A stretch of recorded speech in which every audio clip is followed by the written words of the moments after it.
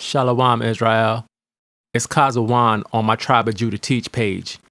And I'm doing this video because I've been studying the story of Ruth for a while now, and I found some information that I feel needs to come out. Basically, what I found is that Ruth was an Israelite. Now, I know the popular teaching, even among Israel, is that Ruth was an actual Moabite that married an Israelite man. But after doing the research, I'm convinced that Ruth was an Israelite. And I honestly believe that if you watch this whole video, you will be thoroughly convinced for yourself that Ruth was an Israelite. So let's begin. This is Ruth 1:1. It says, "Now it came to pass in the days when the judges ruled that there was a famine in the land, and a certain man of Bethlehem, Judah, went to sojourn in the country of Moab, he and his wife and his 2 sons." Now people read this verse and they see that Ruth was from the country of Moab, and they say, see, Ruth was a Moabite, and they close the book. But when you read the history in the Bible of what happened to Israel before the time of Ruth, you end up with a different conclusion about Ruth. Also, if you were able to see the different lands that the Bible talks about leading up to the time of Ruth, you would clearly see that she was not a Moabite by blood and that she was actually an Israelite. So today, I'm going to give you the history and show you these places on a map so that you can see for yourself who Ruth was. The history before the time of Ruth is the key to understanding the book of Ruth. So let's start in Numbers 21, right after the Israelites came out of the wilderness. Now remember, the Israelites have no land. They're coming straight out of the wilderness on their way to the land of Canaan. Let's start there. This is Numbers 21, verse 4. It says, "And they journeyed from Mount Hor by the way of the Red Sea to compass the land of Edom, and the soul of the people was much discouraged because of the way." Let's go down to verse 11. "And they journeyed from Oboth and pitched in Ijebarim, in the wilderness which is before Moab, toward the sun rising." So this is the path they were taking. Verse 13. "From thence they removed and pitched on the other side of Arnon, which is in the wilderness that cometh out of the coast of the Amorites." So they went around Edom and around the land of Moab and passed the Arnon River. It says, "For Arnon is the border of Moab, between Moab and the Amorites." So you see here that the Arnon River is between the land of Moab and the land of the Amorites. It's the border between the two places. The Arnon River plays a major role in understanding the story of Ruth, as you're going to see later. Okay, so Israel went up to Jahaz and they set up camp. Let's see what happened next in verse 21. "And Israel sent messengers unto Sihon, king of the Amorites, saying, Let me pass through thy land. We will not turn into the fields or into the vineyards. We will not drink of the waters of the well, but we will go along by the king's highway until we be past thy borders." So Israel asked Sihon, king of the Amorites, to pass through his land. They were going to travel on the king's highway until they passed his borders. Now the king's highway was a road that went through the land of Edom, Moab, and the Amorites' land all the way up to Damascus. So what they wanted to do was come into the Amorites' land and get on the king's highway and walk all the way up until they got past his border, which was the Jabbok River. And then they were going to make a left and cross over the Jordan River and come down into the land of Canaan. So let's see what Sihon did. Verse 23.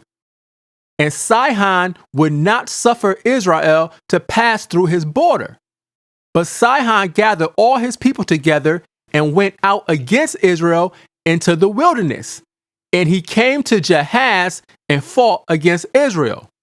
And Israel smote him with the edge of the sword and possessed his land from Arnon unto Jabbok, even unto the children of Ammon, for the border of the children of Ammon was strong. And Israel took all these cities, and Israel dwelt in all the cities of the Amorites, in Heshbon, and in all the villages thereof. So Israel defeated the Amorites and took all of the Amorites' land. In verse 24 it says, they took all the land from the Arnon River unto the Jabbok River. Verse 25 says that Israel took all the cities of the Amorites in Heshbon and in all the villages thereof. So Israel took all this land from the Amorites. This land was now Israelite territory. Now here's where it gets interesting. Watch this. In verse 26, for Heshbon was the city of Sihon, the king of the Amorites, who had fought against the former king of Moab and taken all his land out of his hand, even unto Arnon. So wait a minute. What does this verse tell us? It says, Sihon, the king of the Amorites, who had fought against the former king of Moab and taken all his land out of his hand, even unto Arnon. So that means that all of the land that the Amorites had, that land used to belong to the Moabites. So the territory of the Moabites used to look like this. The Moabites' territory used to go from the Zered River all the way up to the Jabbok River. But when Sihon, king of the Amorites, came against the Moabites, he took all of their land from the Arnon River up to the Jabbok River. See that? That's why when you look at different maps, you see that even though this land belonged to the Amorites, there is still a small section of land inside the land that belongs to the Amorites that is called the plains of Moab. Why? Because all this used to be Moab's land. But the Amorites came and took it away. Now this is very important to understand. Let's go down to verse 29. It says, woe to thee, Moab! Thou art undone, O people of Chemosh. He hath given his sons that escaped and his daughters into captivity unto Sihon, king of the Amorites. So when Sihon, king of the Amorites, took all this land from the Moabites, he put all the Moabite men and women and children that were living in this part of the land into captivity. Now you have to understand, this is very important. You have to understand that Sihon didn't capture the Moabites that were below the Arnon River. Those Moabites didn't go into captivity. They stayed below the Arnon River. And the Arnon River became the border between Moab and the Amorites, as we read earlier. See, all this is very important in order for you to understand the story of Ruth. Now, we already read that Israel came and took all this land from the Amorites. So this land became Israelite territory. So let's see what Israel did when they took this land. This is Numbers 22:1. And the children of Israel set forward and pitched in the plains of Moab on this side Jordan by Jericho. So Israel set up camp here in the plains of Moab. Now notice, the plains of Moab are not down below the Arnon River where the actual Moabites are. The plains of Moab are totally separate from the land of Moab. And this is where Israel set up camp. Verse 2. And Balak, the son of Zippor, saw all that Israel had done to the Amorites. Balak was the new king of Moab, and he saw what Israel did to the Amorites because he was down here in the land of Moab below the Arnon River when it happened. We know he was down here because if he was up above the Arnon River, then Sihon would have put him in captivity with the other Moabite captives. Verse 3. And Moab was sore afraid of the people because they were many, and Moab was distressed because of the children of Israel. So the Moabites down here below the Arnon River were afraid because they thought Israel was going to cross the Arnon River border and take away their land like they did to the Amorites. So we see that the actual Moabites were in the land of Moab below the Arnon River. Okay, let's put together what we learned so far. So the Amorites invaded Moab, and they took all the land above the Arnon River from the Moabites. Then they put all the Moabites that were in that part of the land into captivity. Then Israel came and took the land from the Amorites. So what happened to the Moabite captives when Israel took over the land? Well, Moses tells us in Deuteronomy 2, verse 32. This is Moses talking. He said, Then Sihon came out against us, he and all his people, to fight at Jahaz. And the Lord our God delivered him before us, and we smote him and his sons and all his people. Moses said that Israel killed Sihon, his sons, and all his people, meaning every Amorite that was in that land at that time got killed. Now, what about the Moabites that Sihon had in captivity? Watch this. Deuteronomy 2 and 34. And we took all his cities at that time and utterly destroyed the men and the women and the little ones of every city. We left none to remain. Moses said they left none to remain. They killed every man, woman, and child in every city. The Amorites and the Moabite captives were all killed. Therefore, we know that there were no Amorites or any Moabites at all above the Arnon River. This was all Israelite territory. Watch this. Deuteronomy 3, verse 1. Then we turned and went up the way to Bashan. And Og, the king of Bashan, came out against us, he and all his people, to battle at Edrei. So after Israel took the land from the Amorites, they went across the Jabbok River into Bashan, and they fought against King Og at Edrei. Verse 2. And the Lord said unto me, Fear him not, for I will deliver him and all his people and his land into thy hand, and thou shalt do unto him as thou didst unto Sihon, king of the Amorites, which dwelt at Heshbon.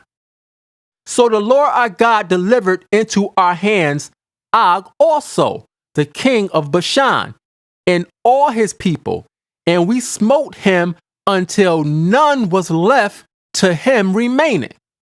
And we took all his cities at that time. There was not a city which we took not from them. 80 cities, all the region of Argob, the kingdom of Og in Bashan. All these cities were fenced with high walls, gates, and bars, beside unwalled towns a great many. And we utterly destroyed them, as we did unto Sihon, king of Heshbon, utterly destroying the men, women, and children of every city. So the Israelites defeated King Og, and once again they killed every man, woman, and child in every city, just like they did to Sihon, king of the Amorites. Now watch this, verse 8. And we took at that time out of the hand of the 2 kings of the Amorites the land that was on this side Jordan, from the river of Arnon unto Mount Hermon. So now we see that Israel had all this land in their possession, from the Arnon River up to Mount Hermon. Understand this, there were no Amorites or Moabites living in this land. The Bible says they were all killed. All this land was Israelite territory. The Moabites were down here under the Arnon River. Okay, now that we have that history, let's start putting the pieces together. Numbers 32:1. Now the children of Reuben and the children of Gad had a very great multitude of cattle. And when they saw the land of Jazer and the land of Gilead, that behold, the place was a place for cattle, the children of Gad and the children of Reuben came and spake unto Moses and to Eleazar the priest, and unto the princes of the congregation, saying, Ataroth and Daban and Jazer and Nimrah and Heshbon and Elealah and Shabam and Nebo and Beon, even the country which the Lord smote before the congregation of Israel is a land for cattle, and thy servants have cattle. Wherefore, said they, if we have found grace in thy sight, let this land be given unto thy servants for a possession, and bring us not over Jordan. Now remember, originally all the tribes were headed to the land of Canaan. But when the tribe of Reuben and the tribe of Gad saw how good the land was that they had already conquered, they asked Moses for that land for a possession. They didn't want to go across the Jordan River into Canaan. They wanted that land. Let's go down to verse 19. This is what they said. For we will not inherit with them on yonder side Jordan or forward, because our inheritance is fallen to us on this side Jordan eastward. The tribes of Reuben and Gad wanted to stay in the land they were in. Let's see what Moses did. Verse 33. And Moses gave unto them, even to the children of Gad, and to the children of Reuben, and unto half the tribe of Manasseh, the son of Joseph, the kingdom of Sihon, king of the Amorites, and the kingdom of Og, king of Bashan, the land with the cities thereof in the coast, even the cities of the country round about. So Moses gave all of the Amorite land to the tribe of Reuben, the tribe of Gad, and half the tribe of Manasseh. Those tribes took all that land and split it up among them. You can see this on multiple maps. Some maps are better than others, but you can clearly see that those tribes took possession of all that land.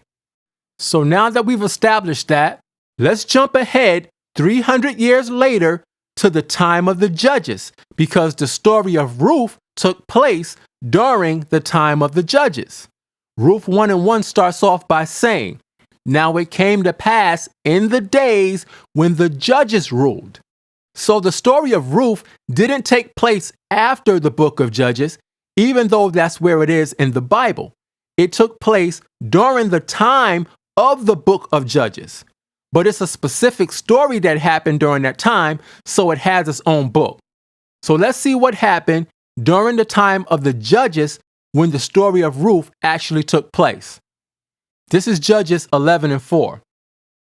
And it came to pass in process of time that the children of Ammon made war against Israel. So now the Ammonites want to come against Israel. Not the Amorites we read about before. This is the Ammonites. Verse 5. And it was so that when the children of Ammon made war against Israel, the elders of Gilead went to fetch Jephthah out of the land of Tob. Here's Gilead right here on the map. So the elders sent for Jephthah because he was an Israelite warrior, and he came. Let's go down to verse 12. And Jephthah sent messengers unto the king of the children of Ammon, saying, what hast thou to do with me, that thou art come against me to fight in my land? And the king of the children of Ammon answered unto the messengers of Jephthah, Now watch the lie that the king tells. He said, because Israel took away my land when they came up out of Egypt, from Arnon even unto Jabbok, and unto Jordan. Now therefore restore those lands again peaceably. And Jephthah sent messengers again unto the king of the children of Ammon, and said unto them, Thus saith Jephthah, Israel took not away the land of Moab, nor the land of the children of Ammon. Now notice that Jephthah said, Israel took not away the land of Moab, meaning that they didn't take the land below the Arnon River. Because we read earlier that Israel went around Edom and around Moab. They didn't go into the land of Moab because the Most High had already told Moses not to go into that land. That's Deuteronomy 2:9. It says, And the Lord said unto me, Distress not the Moabites, neither contend with them in battle, for I will not give thee of their land for a possession, because I have given Ar unto the children of Lot for a possession. So Israel never went into the land of Moab below the Arnon River. This is what Jephthah is explaining to the king of Ammon. They went around that land up to Jahaz and set camp up there. Then they took that land from the Amorites, but the king of Ammon is trying to say that that land belonged to him. Now let's pick it up at verse 26. I need you to pay close attention to the question that Jephthah is about to ask the king of Ammon. This is what Jephthah said, verse 26. While Israel dwelt in Heshbon and her towns, and in Aroer and her towns, and in all the cities that be along by the coast of Arnon, 300 years. Why therefore did ye not recover them within that time? Now wait a minute. Jephthah just said that Israel had been in that land that they took from the Amorites for 300 years. He said, we've been here all this time. Why are you trying to take this land now all of a sudden? So this conversation took place 300 years after Israel took possession of that land from the Amorites. So now we know that Reuben, Gad, and half of the tribe of Manasseh was still living in that land 300 years later after Moses gave it to them. That's very important. Now, eventually, the other tribes did cross the Jordan River and they went into the land of Canaan. That's why you see maps like this, showing you where the different tribes lived at in the land of Canaan. So based on all that information, we're going to prove now that Ruth was an Israelite. Here we go. Ruth 1:1. Now it came to pass in the days when the judges ruled. Again, we see that the story of Ruth took place during the time when the judges of Israel were ruling. It says, Now it came to pass in the days when the judges ruled, that there was a famine in the land, and a certain man of Bethlehem, Judah, went to sojourn in the country of Moab, he and his wife and his 2 sons. And the name of the man was Elimelech, and the name of his wife Naomi, and the name of his 2 sons Mahlon and Chilion, Ephrathites of Bethlehem, Judah. And they came into the country of Moab and continued there. Now, most people read these verses and they think that Elimelech and Naomi left the land of Judah and went over here into the land of Moab. But that's not what the scripture says. The scripture says that they went into the country of Moab. Now, why did the scriptures use the words country of Moab instead of land of Moab? See, what you're about to find out is that the country of Moab is not talking about the land of Moab below the Arnon River. The country of Moab is talking about the plains of Moab up here on the east side of the Jordan River in the land that was given to Reuben. Now we know that Moses gave this highlighted part of the land to the tribe of Reuben in Numbers chapter 32, verse 33. But even after he gave this land to Reuben, the Bible still calls this section of land on the east side of the Jordan River the plains of Moab. The name of this section of land did not change when Reuben got it. Watch this. Numbers 33 and 50. And the Lord spake unto Moses in the plains of Moab by Jordan near Jericho. Numbers 36:13. These are the commandments and the judgments which the Lord commanded by the hand of Moses unto the children of Israel in the plains of Moab by Jordan near Jericho. So this part of the land was still being called the plains of Moab even after Israel took it over.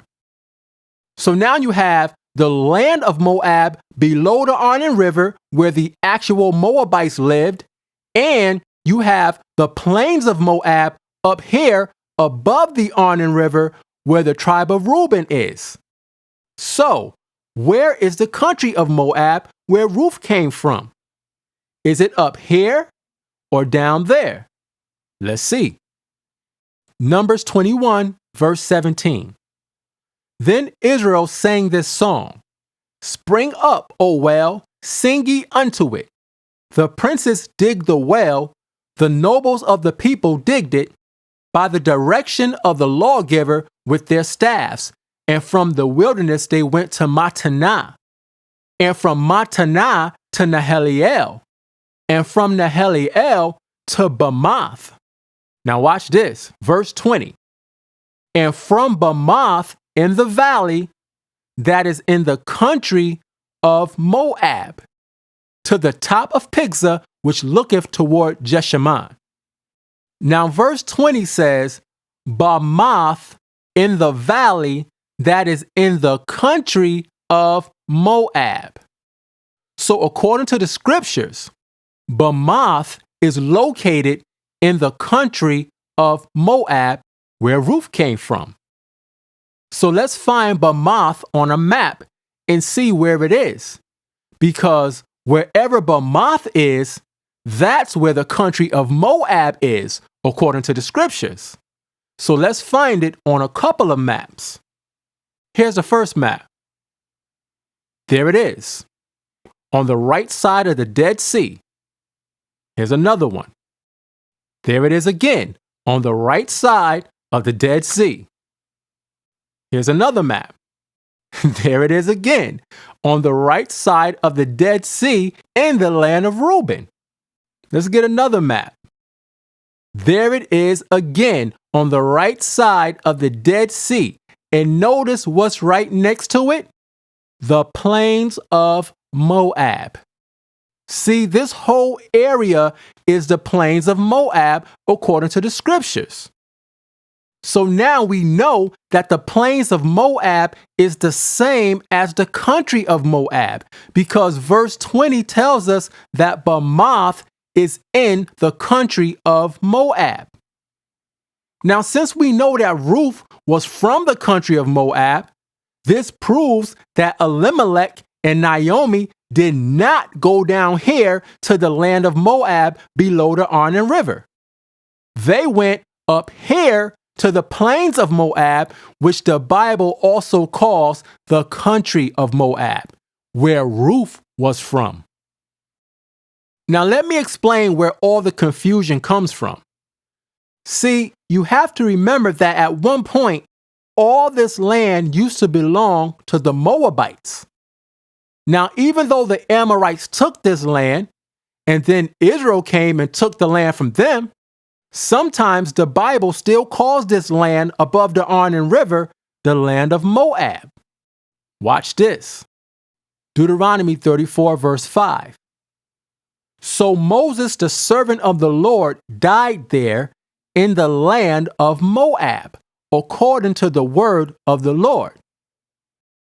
So here it says that Moses died in the land of Moab. It says that because this land originally belonged to Moab. But watch this. Let's go down to verse 8. It says, "And the children of Israel wept for Moses in the plains of Moab." But in verse 8, it doesn't say the land of Moab. It says the plains of Moab. Why? Because the plains of Moab lets you know that it's talking about a specific part of the land. The plains of Moab is the country part of the land. Just like in your city, for example, depending on where you live, sometimes you might go out into the country to the farming area, or you might take a drive out into the country to get away from the city for a while. It's the same thing. The plains of Moab is the country or rural area of the land, where the fields are and the areas of vegetation. The country. Look at this, Ruth 1:1. "Now it came to pass in the days when the judges ruled that there was a famine in the land. And a certain man of Bethlehem, Judah, went to sojourn in the country of Moab." See, there was a famine in the land, so they went to the country of Moab. Let's look this word country up. Here it is. It says, field, land, cultivated field, of home of wild beasts, plain, the plains of Moab. That's where they went. I hope you see how this is connecting. Ruth 1:1 says the country of Moab because it's talking about a specific part of the land, the plains of Moab, which was located in the part of the land that was given to the tribe of Reuben. That's where Ruth was from. Ruth was an Israelite. So when you come across the words land of Moab in the Bible, you have to figure out if it's talking about the land below the Arnon River or the land above the Arnon River. The Bible makes it possible for you to do that by naming other places in the same area. Now, when you see these places on a map like this, you can't deny the truth. It's clear. Unless you just want to hold on to your doctrine. The actual Moabites were down here below the Arnon River in this part of the land. They were no longer living up here in this area above the Arnon River. Remember, Moses said that Israel killed every man, woman, and child of the Amorites and the Moabite captives that was in this part of the land when Israel took it over. Also, Jephthah told the Ammonite king in the book of Judges that Israel was in possession of that land for 300 years at that point.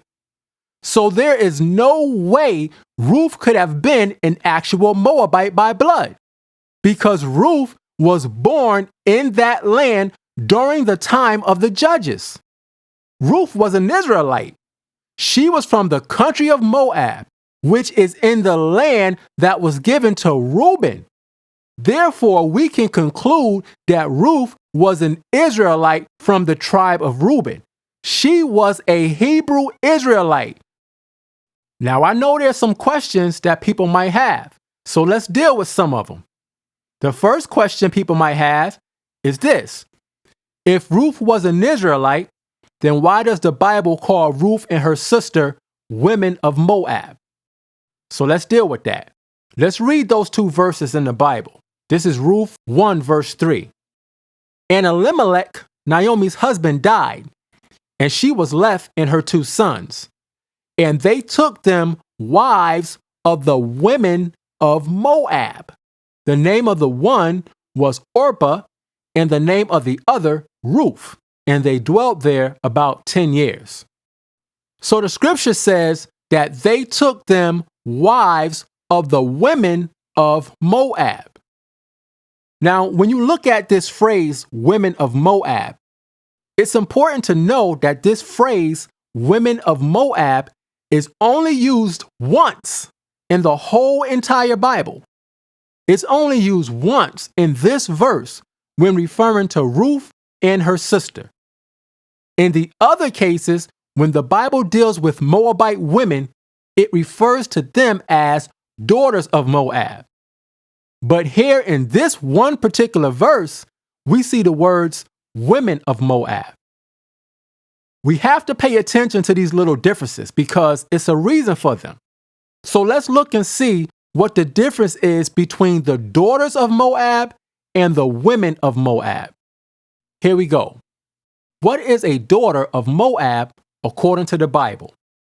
Let's look at Isaiah 16:2 in the Blue Letter Bible so that you can see this verse broken down with the concordance numbers.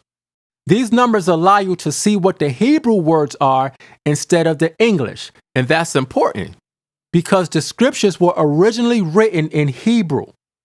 Now, as Israelites, we don't get caught up in the Strong's commentary, but it is important to see what these words actually are in the Hebrew.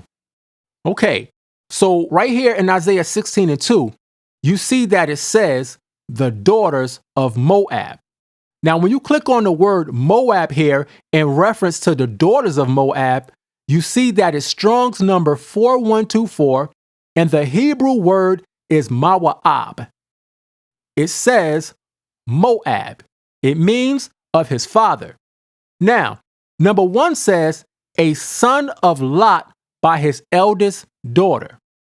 So number 1 is dealing with the actual man whose name was Moab because he was the son of Lot. But we're looking to find out who the daughters of Moab are. So let's look at number 2. It says, the nation descended from the son of Lot. Moab was the son of Lot. So number 2 is dealing with the nation of people that came from the seed of the man Moab, the actual blood descendants of the man Moab. So the female blood descendants of Moab would be the daughters of Moab. That's clear. Number 3 says, the land inhabited by the descendants of the son of Lot. Again, Moab is the son of Lot. So number 3 is dealing with the actual bloodline Moabite descendants of the man Moab. Notice that the words descendant and descendants are used to describe the daughters of Moab because these are the female blood relatives of the man Moab. Now, that's the daughters of Moab. Now watch this. Let's go to Ruth 1:4 and look up women of Moab. Here it is. Now when you click on Moab in this verse, you can see that it's a different number. This Moab is Strong's number 4125. Not only is it a different number, it's also a different Hebrew word.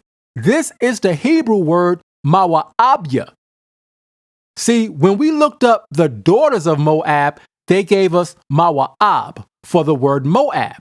But when we look up women of Moab, they give us Mawa'abya for the word Moab. Why are they using 2 different Hebrew words for the same English word? Let's find out. When you look up the women of Moab, Mawa'abya, it says Moabite, and it means from father, what father? Okay, let's see what a Moabite is. Number 1 says, and citizen of Moab. And number 2 says, an inhabitant of the land of Moab. Now notice that it says nothing at all about being a descendant here. All it says is an citizen of the place Moab or an inhabitant of the land Moab. So any woman who lived in a place called Moab was considered to be a woman of Moab. It didn't matter what race you came from. Please notice that it doesn't say anything about being a descendant of the man Moab like it did when we looked up daughters of Moab. See, daughters of Moab is a specific term that lets you know that those women were blood descendants of the man Moab. However, women of Moab are simply women who lived in a place called Moab. If Ruth was an actual blood descendant of the man Moab, then Ruth 1 and 4 would have said, and they took them wives of the daughters of Moab. But it doesn't say that. It says, and they took them wives of the women of Moab. That's why the writer put women of Moab in this verse, because Ruth and her sister were not Moabites by blood. They were Israelites who lived in the country of Moab, above the Arnon River. So they were called women of Moab. I really hope you can see that. So that's the answer. They were called women of Moab because they were Israelite women who lived in the country of Moab. Number 2, the second argument people have is that they say Ruth can't be an Israelite because she referred to Naomi as being a different people than she was. So let's read it. This is Ruth 1 and 8. And Naomi said unto her 2 daughters-in-law, Go, return each to her mother's house. The Lord deal kindly with you, as ye have dealt with the dead and with me. The Lord grant you that ye may find rest, each of you, in the house of her husband. Then she kissed them, and they lifted up their voice and wept. Here it is in verse 10. And they said unto her, Surely we will return with thee unto thy people. So we see Ruth telling Naomi that she wants to go back with Naomi to Naomi's people. Okay, let's explain what this means. First, we have to establish something. Where was Naomi going back to? Look at verse 7. It says, Wherefore she went forth out of the place where she was, and her 2 daughters-in-law with her, and they went on the way to return unto the land of Judah. So Naomi was going back to the land of Judah. Also, let's see where Naomi's husband was from. Verse 1 says, And a certain man of Bethlehem, Judah, went to sojourn in the country of Moab. So we can see that Naomi and her family were from the tribe of Judah. Now we already proved that Ruth was from the tribe of Reuben. So all Ruth was saying in verse 10 was this: Let me return with you unto your tribe. Because Ruth was from a different tribe. This is all Ruth was saying. Because what did Naomi say to Ruth to make her say that in the first place? Look at verse 8. And Naomi said unto her 2 daughters-in-law, Go, return each to her mother's house. Now, where was Ruth's mother's house at? It was in the land of Reuben. So Naomi was telling Ruth to go back to her mother's house in the land of Reuben, where her tribe was. But Ruth said, Nah, I'm going to go with you to your people, meaning to your tribe. That's all she was saying. She wasn't a different race. Ruth was an Israelite. Okay, the third and biggest argument people use to say Ruth can't be an Israelite is a short conversation that Naomi had with Ruth in verse 15 and 16. Ruth 1 and 15. And she said, this is what Naomi said to Ruth, Behold, thy sister-in-law is gone back unto her people and unto her gods. Return thou after thy sister-in-law. Now people read this and they say, see, Ruth and her sister were serving other gods. But no, that's not what this is saying at all. Look at it. Naomi said to Ruth, thy sister-in-law is going back unto her people, meaning she went back to her tribe. Then it says, and unto her gods. Now stop. Let's prove that this is not talking about idols or other gods or anything like that. Watch this. It said, she went back unto her gods. Now, Ruth 1:1 says this. Now it came to pass in the days when the judges ruled.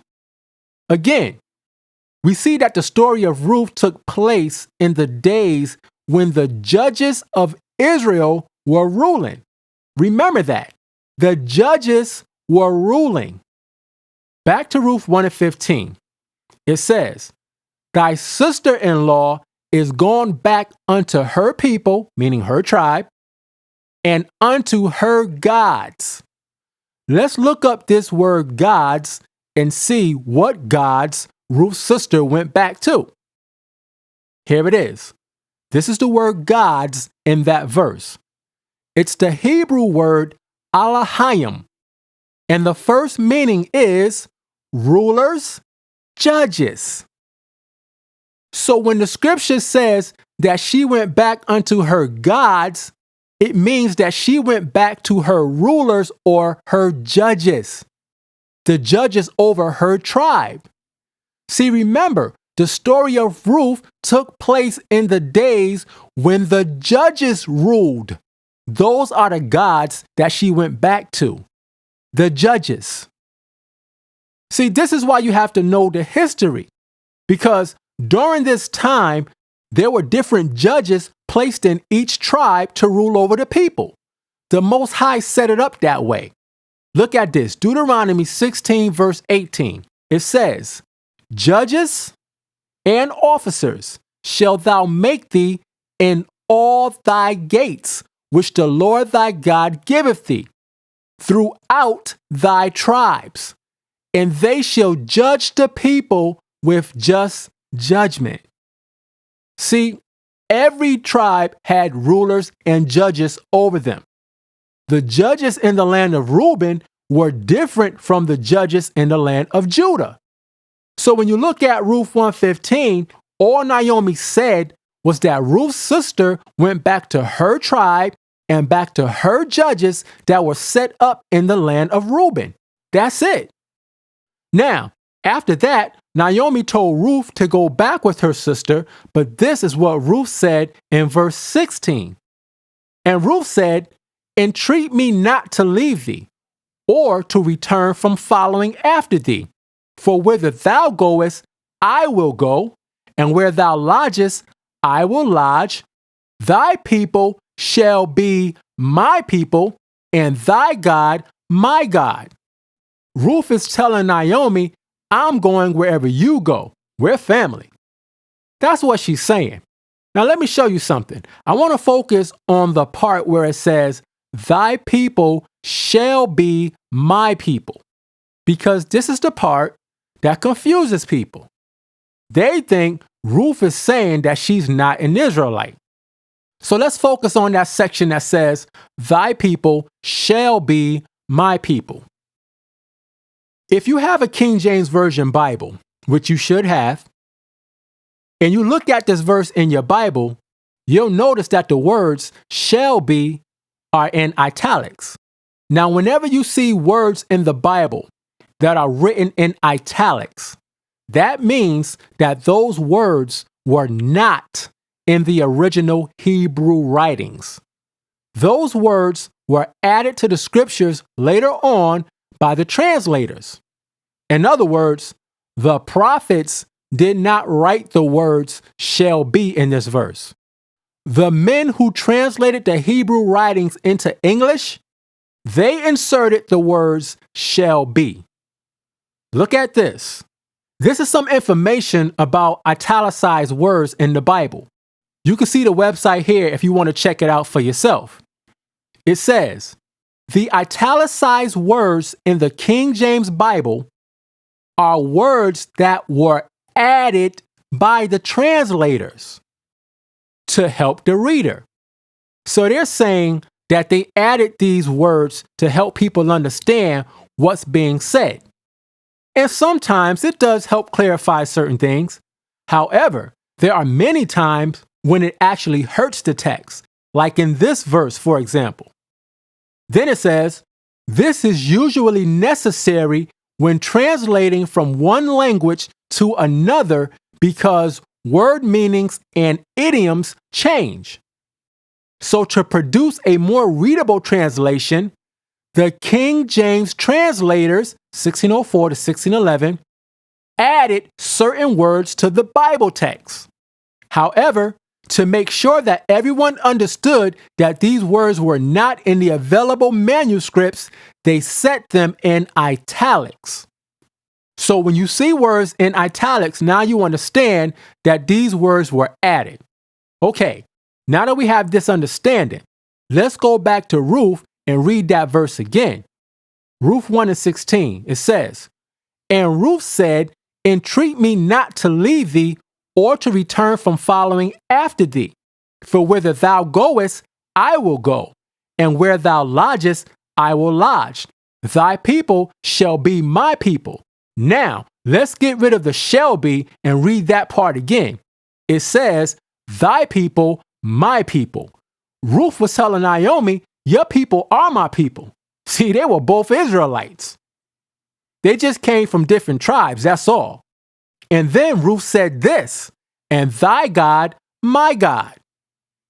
Now I could let that last part go like it is, but the truth is, Ruth is not talking about the Most High at the end of this verse. She's still talking about the judges because Ruth is still responding to what Naomi said about her sister going back to her gods, meaning her judges. So Ruth is saying, I'm going with you, thy judges, my judges. Why? Because Ruth is leaving the land of Reuben and those judges and going to stay in the land of Judah, which had a different set of judges, as we read in Deuteronomy 16 and 18. See, we know about the more popular judges in the Bible because the Bible focuses on their stories and the significant things they did for Israel. But there was a whole system of authority set in place. You had elders, officers, and different men set up in each tribe to handle different situations that would come up. These were the judges. They had authority and power among Israel. Look at this. Exodus 22 and 28. It says, "Thou shalt not revile the gods, nor curse the ruler of thy people." Now, the word revile means to speak against. Now, obviously, the Most High would not tell us to not speak against idols. So we know that this is not talking about false gods. It's talking about the rulers that were set up over the Israelites, the judges. We were not supposed to speak against the judges. That's why the end of the verse says, "Nor curse the ruler of thy people." So don't get caught up on the word God in the book of Ruth. Understand that it's talking about the judges. All right. The last argument I'm going to deal with, number 4, is Ruth saying she was a stranger to Boaz. Ruth 2 verse 10. "Then she fell on her face and bowed herself to the ground and said unto him, Why have I found grace in thine eyes, that thou shouldest take knowledge of me, seeing I am a stranger?" So people read this and they say, see, Ruth was from another nation. She was a Moabite. Nope. Once again, we have to look at why she said that. Let's go to verse 8. "Then said Boaz unto Ruth, Hearest thou not, my daughter? Go not to glean in another field, neither go from hence, but abide here fast by my maidens." When Boaz saw Ruth gathering corn in his field, he told Ruth, "Don't leave, stay here in my field with the other women." He let Ruth know that he didn't want her to leave. Then he said this, verse 9, "Let thine eyes be on the field that they do reap, and go thou after them. Have I not charged the young men that they shall not touch thee?" Now, Boaz is letting Ruth know that he already told the men not to touch her. Then it says, "And when thou art athirst, go unto the vessels and drink of that which the young men have drawn." So then Boaz told Ruth, look, when you get thirsty, take a break, and go get some water. It's all right. Now stop for a second and think about what's happening. Boaz is being extra nice to Ruth. Now let's read verse 10 again. It says, "Then she fell on her face and bowed herself to the ground and said unto him, Why have I found grace in thine eyes, that thou shouldest take knowledge of me, seeing I am a stranger?"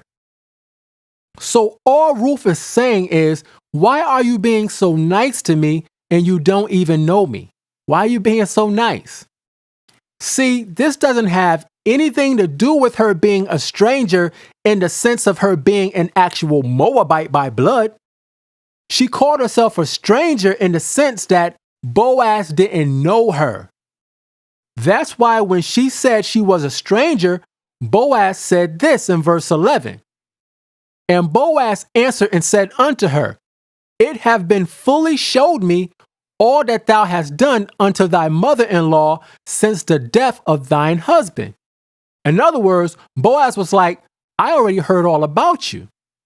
Now, we're not going to read it now, but if you read verses 5 and 6, you'll see that Boaz's servants already told him who Ruth was, where she was from, and the whole 9 yards. So Boaz said, I heard all about you. Now look at this. "And how thou hast left thy father and thy mother and the land of thy nativity," meaning the land that she was born in. Now we already proved that Ruth was born in the country of Moab, which is in the land that was given to the tribe of Reuben. It's also called the plains of Moab, which we already proved. Then Boaz said this, talking about Ruth, "And art come unto a people which thou knewest not heretofore." He said that because Ruth didn't know the Israelites in the land of Judah. Don't be ridiculous and think that every Israelite knew each other. At this point, you had millions of Israelites. Do you personally know every Israelite that you see? Of course not. That's what Ruth meant when she said she was a stranger. Boaz didn't know her personally. He just heard about her from the servants. So that's all she meant. Now, before I close, I want to ask a question and make a point for those that's watching this. Let's deal with the law of the kinsman. Here it is. Numbers 27:8.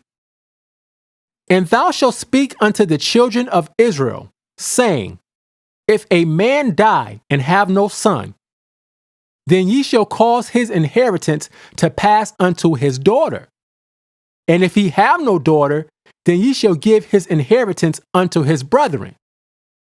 And if he have no brethren, then ye shall give his inheritance unto his father's brethren. And if his father have no brethren, then ye shall give his inheritance unto his kinsman that is next to him of his family.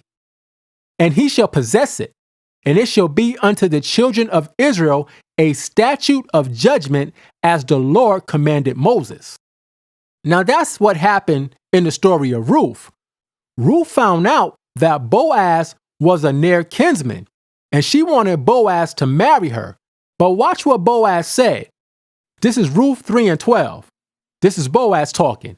"And now it is true that I am thy near kinsman. Howbeit, there is a kinsman nearer than I." Now, why did Boaz hesitate to marry Ruth? He hesitated because he knew that he was not the nearest kinsman. The law said that it had to be the closest relative, the nearest kinsman. And Boaz knew that there was another relative that was closer than him. So this verse proves that Boaz was not willing to break the Most High's law. So this is what he told Ruth to do. Verse 13. "Tarry this night, and it shall be in the morning, that if he will perform unto thee the part of a kinsman, well, let him do the kinsman part. But if he will not do the part of a kinsman to thee, then will I do the part of a kinsman to thee, as the Lord liveth. Lie down until the morning." So here's my question. If Boaz was this careful, And this concerned about keeping the law properly when it came to Ruth. Why would he be so careless and marry Ruth if she was an actual Moabite by blood? Deuteronomy 23:3 says, "An Ammonite or Moabite shall not enter into the congregation of the Lord. Even to their 10th generation shall they not enter into the congregation of the Lord forever." So you saying Boaz just disregarded this law and he married an actual Moabite after he went out of his way to make sure that he kept the law properly? Come on, y'all. You know that don't make no sense at all. Boaz made sure that he didn't break the Most High's law so that he could marry Ruth, but then he's going to break the law and marry Ruth when she's a Moabite? Nah, that don't line up. And if you honest, you know that don't work. That doesn't work. This is what happened. Boaz did everything right so that he could marry Ruth, the Israelite woman who came from the country of Moab. That's what happened. That makes sense. That lines up with the scriptures. So in conclusion, Ruth was an Israelite who was born during the time of Judges in the land that belonged to the tribe of Reuben. We just went through the full breakdown, precept upon precept. Ruth was an Israelite, and I hope you can see it. That's pretty much it. So with that, I say, Shalom.